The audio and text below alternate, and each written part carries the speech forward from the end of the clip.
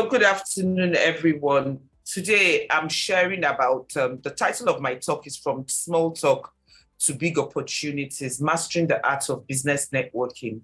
You know, I always say that in the year 2023, there's really nothing much we can do if we do not network. I mean, so many things have changed. Things don't fall on you on a platter of gold anymore. There are several people in your area of specialty. There's absolutely, there's sometimes you search for something on Google thinking you might not find it, and then you find loads of it. So there are a lot of people doing what you do. The world has become a global village. I mean, look at us here. We're from different parts of the world speaking on the same platform. That wouldn't have happened 5-6 years ago. So now, for you to be able to move your business, up-level your skills and up-level your business, you have to network. So networking has become imperative for your business growth. So why I say from small talk to big opportunities is that networking generally starts with small talk, especially when you don't know the person. You're meeting the person for the first time. And I would want to disabuse our mind that a lot of times, and I was guilty of that for the longest time, by the way, we see networking as exchange of business cards. So you meet someone and you exchange business cards and hope to do business with the person.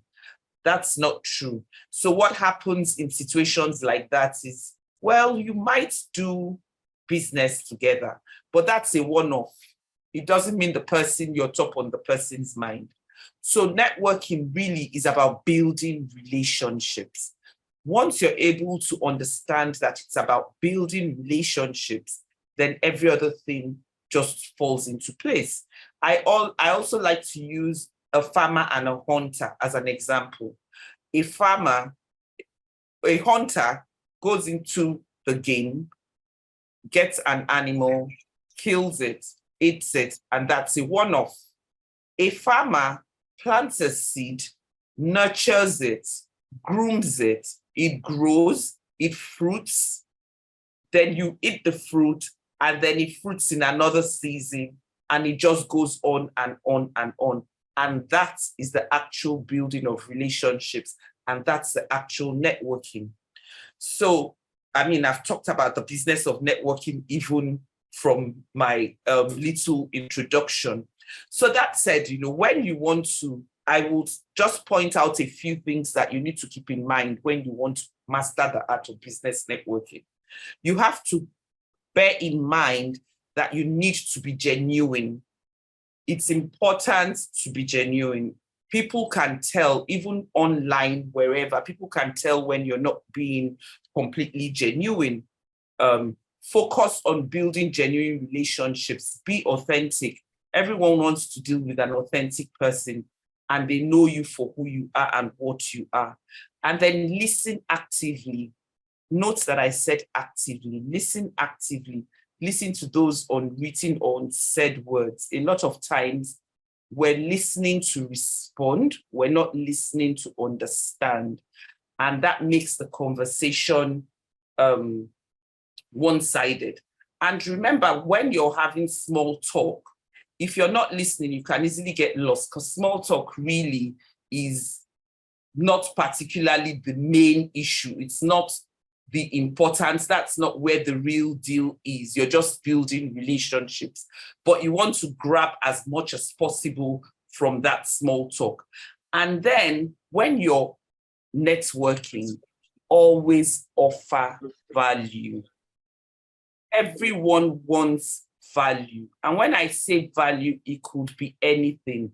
It could be your advice, it could be your opinion, it could be your expertise, it could be support in any way. It could actually even be from listening, but just offer value. Don't come to grab. If everyone came for a business networking event with an intention to sell, then no one is going to be buying, because everyone is selling.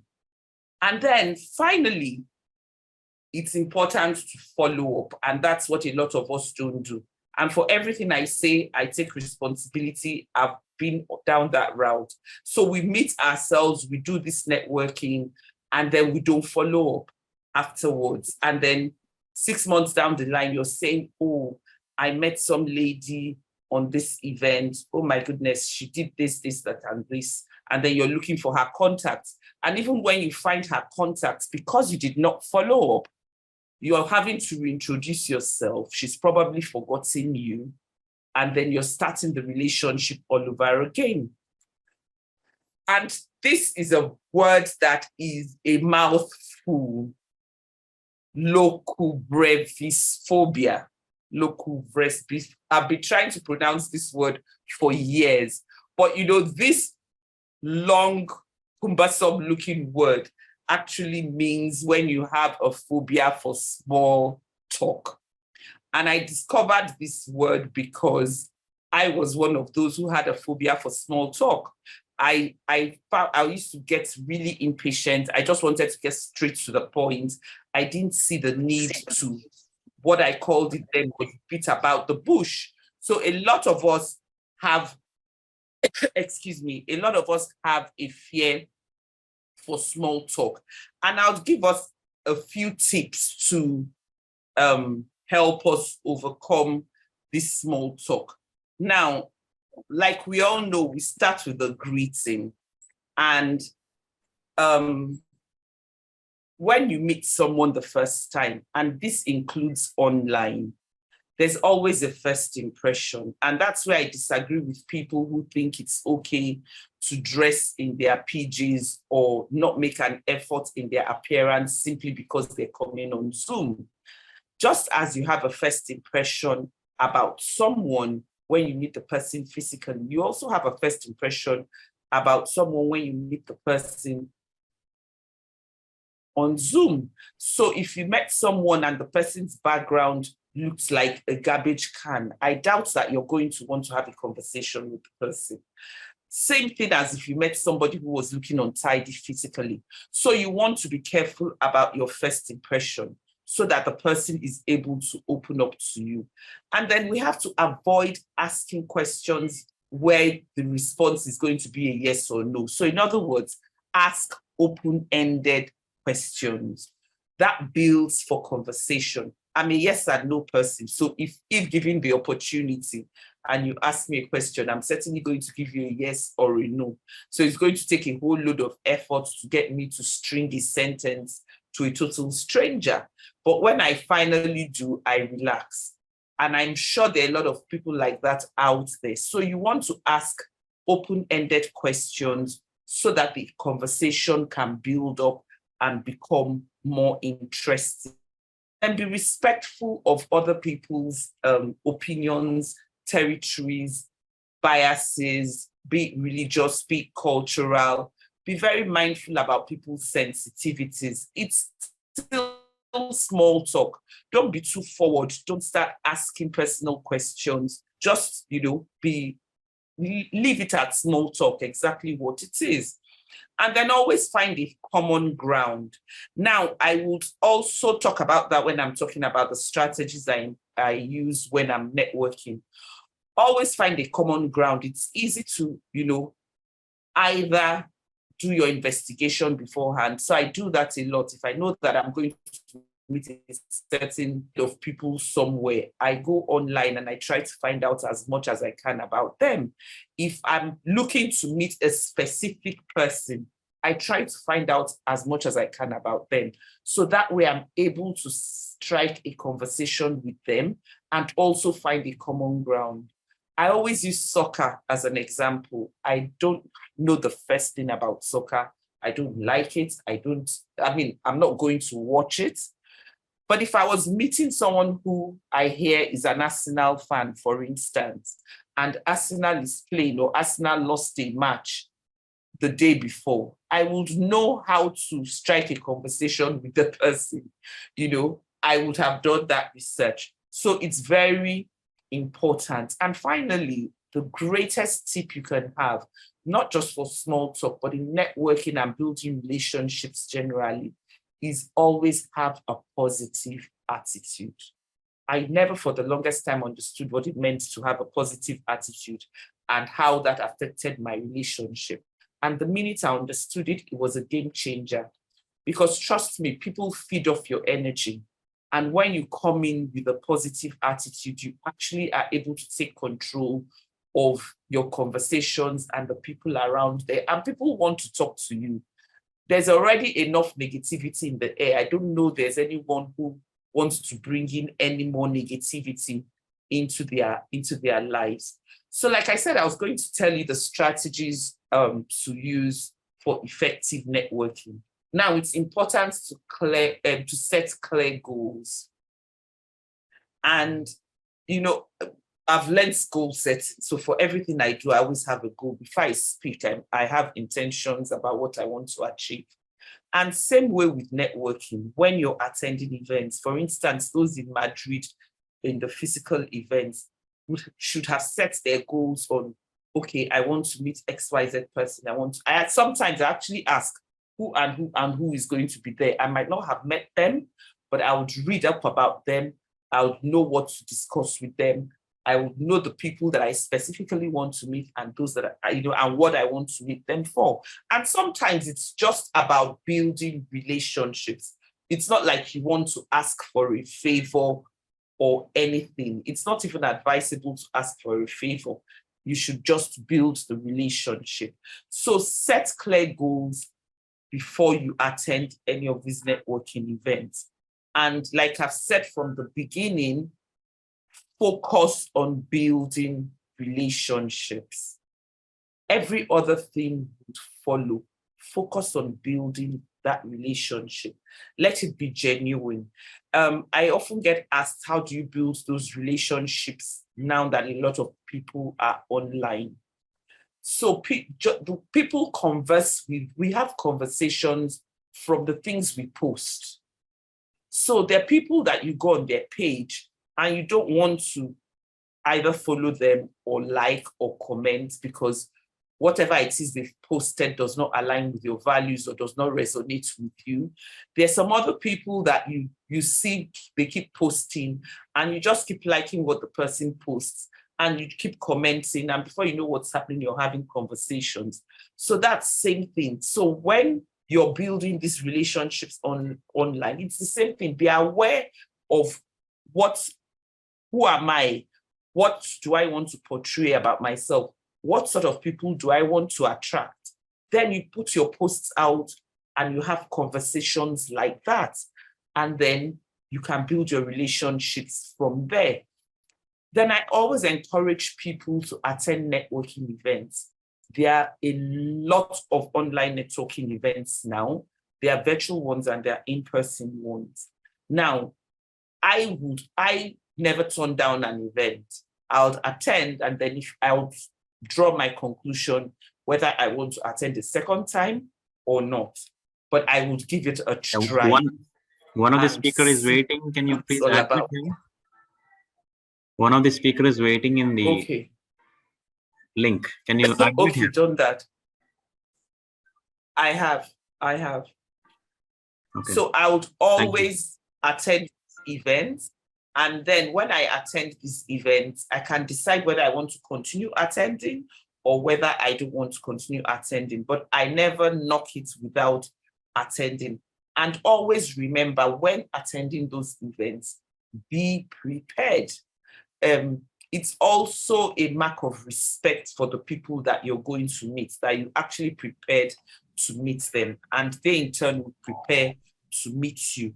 So please remember that effective networking is about building relationships, and those relationships will in turn create opportunities. And we should also remember to provide value. Now, a lot of people have challenges networking. I had a huge challenge. I actually started networking I used it as a tool for my business. It wasn't something that came to me naturally. So I actually learned it. And so for overcoming networking challenges, for instance, I'm a shy person and I'm an introvert. So networking was a total no-no. I wasn't even ready to attend any events. So what did I do? I started by attending the events that were important. And like I said, I always set goals. So I used to go almost like I had a notebook in my head and I just ticked my to-do list.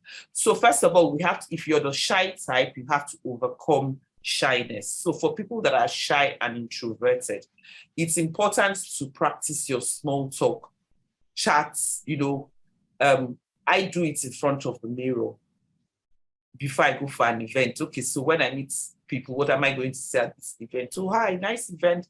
If it's an art exhibition, I try to know the new artists in that area or in that kind of field or whatever. And then another thing that I do is when I get to the shops or when I get to a coffee shop, I try practicing small talk with the cashiers or the baristas, because in my head, okay, you have nothing to lose. This is just a cashier or this is just a barista. But I try to practice things like a positive mindset and see the difference and see the response. I try to practice small talk with them.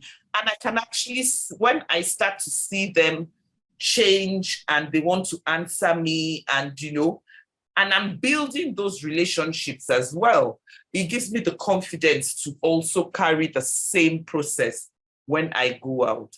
And like I said, always find a common ground. So if you do your research before you go and you found a common ground, it reduces the awkwardness you feel when you meet those people. So you're not feeling awkward and feeling like, okay, what am I going to say? Because those are one of the challenges. Oh, I'm here now. I used to feel like that as well, especially when you're going into an event that you know absolutely no one. And you're wondering, okay, where am I going to start? Trust me, those events, just smile, come in with a positive attitude. There's always one person who's going to smile back. It happens. Then there's the fear of rejection. I always say to people that no is a complete sentence. You're allowed to say no to people and people are allowed to say no to you. And as far as I'm concerned, the fact that you tried to strike a conversation with someone and the person did not respond positively, it's not you. We don't make it about you. The person might be going through something. The person might not be in the mood. It could be 1,000,001 things. So do not bring it down to you and don't think that there's something wrong with you in particular. It might just be the wrong time for the person. So don't take it personally. And then sometimes there are cultural barriers, especially now that everyone is online. You're meeting people from different cultures. For instance, I sit on a team that is mostly in China. And for the first few months, I used to always leave the meetings infuriated because there was always something they said that rubbed me off wrongly, or I ask a question and they don't, and I had to sit back and I realized that, listen, these people do not mean to be rude. And they might be also considering me rude, because of the culture. And so I started asking them questions. Turns out that some of the questions I asked them, in their culture, it's like a taboo. And for me, it's normal. And some of the questions they asked me, for me, in my culture, it's rude. And for them, it's normal. So, I had to have those talks. So it's always important to try and understand different cultures. So what I do is, when I know I'm going to meet different cultures, I try to find out how they greet. Some cultures don't shake hands. Some cultures don't hug. Some religions don't hug the opposite sex. So you want to know all that. And where I'm not sure, I simply say good afternoon or good evening and let you take the lead. So we need to overcome that. And then, I've talked about the confidence and I've talked about, so another one is feeling inauthentic. So a lot of people have authenticity issues. They feel like they are being fake And yes, sometimes, especially when it doesn't come to you naturally to smile and all that, you feel like you're being fake about smiling. But when you remember that networking is about building relationships, it's also about establishing trust and authenticity. It's smiling when you're not particularly used to smiling. It's not you being fake. It's more of you building a good habit that you can actually use in future. And then, sorry about that. What's happening? I'm looking for my cursor.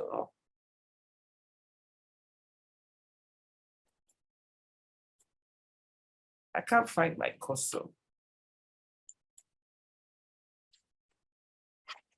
Sorry about that.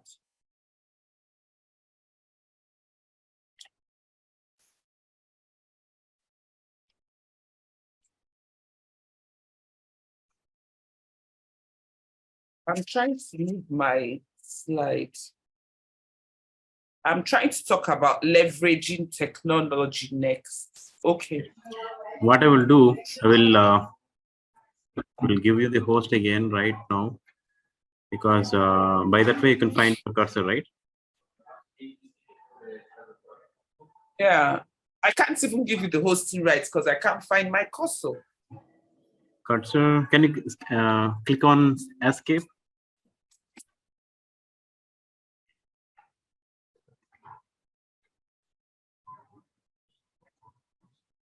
I've clicked on escape. Yeah, now can you try? Can you just try now? Okay. Is it fine now? It's moving, but I can't see it. Oh.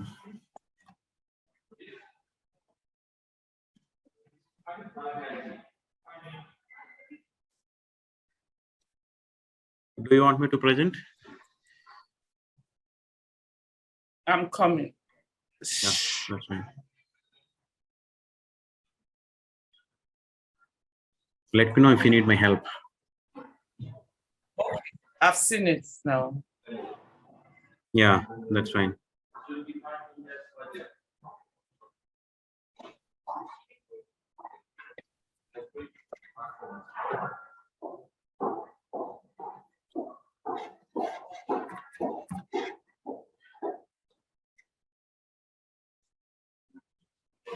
Okay, so I was going to talk about leveraging technology, and I'll just continue so I don't waste time. So when we talk about leveraging technology, technology in the year 2023 has actually revolutionized the way that we network and connect with other people.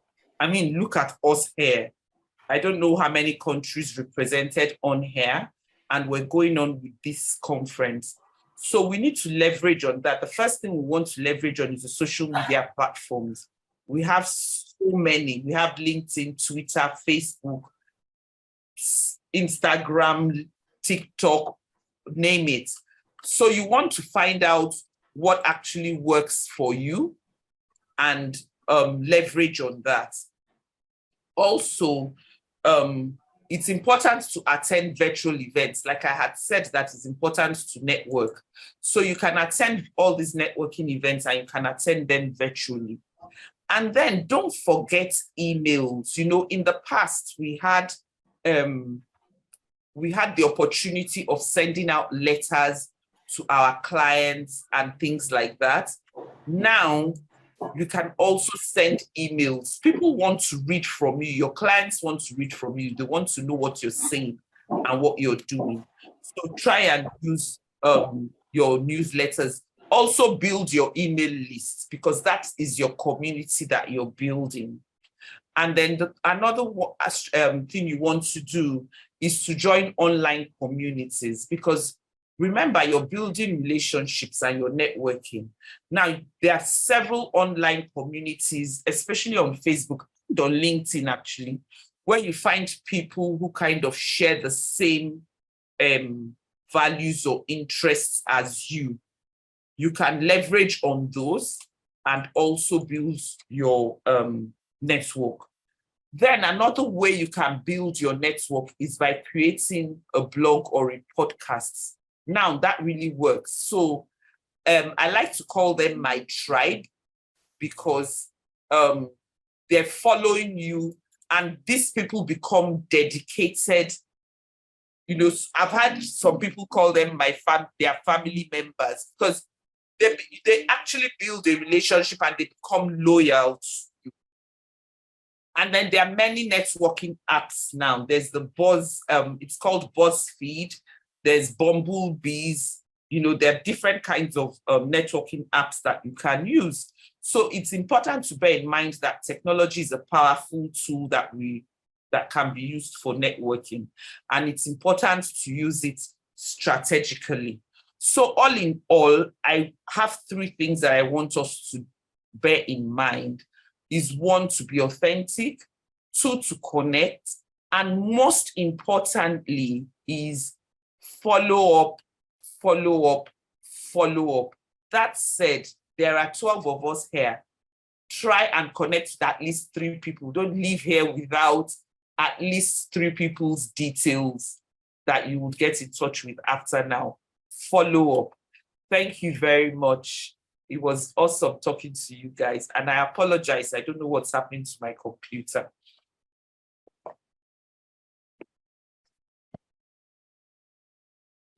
Thank you for your talk. And this is your certificate. Okay. I've stopped. You're able to see? Yeah. And this is your certificate. Yeah. You're able to see? Thank you very much. Thank you so much.